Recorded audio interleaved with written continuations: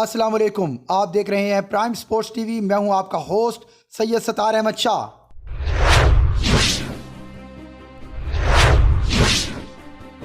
Head is the call.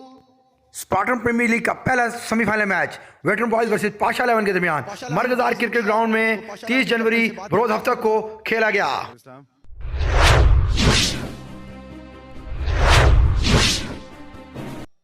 Veteran boys ने toss जीतकर पहले बैटिंग करने का फैसला किया।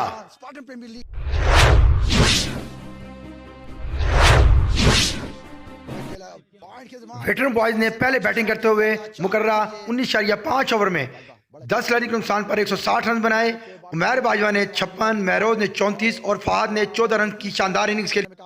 पाशा 11 की जानिब से अवैस ने 3, जियाद ने 2 और हक नवाज ने 1 खिलाड़ी को आउट किया।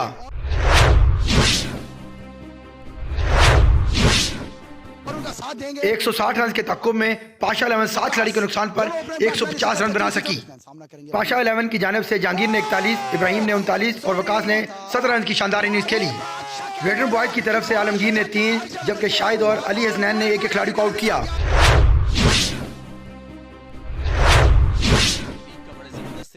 स्पार्टन प्रीमियर लीग के पहले सेमीफाइनल मैच में वेटरन बॉयज ने पाशा 11 को 10 रन से शिकस्त देकर फाइनल के लिए क्वालिफाई कर लिया।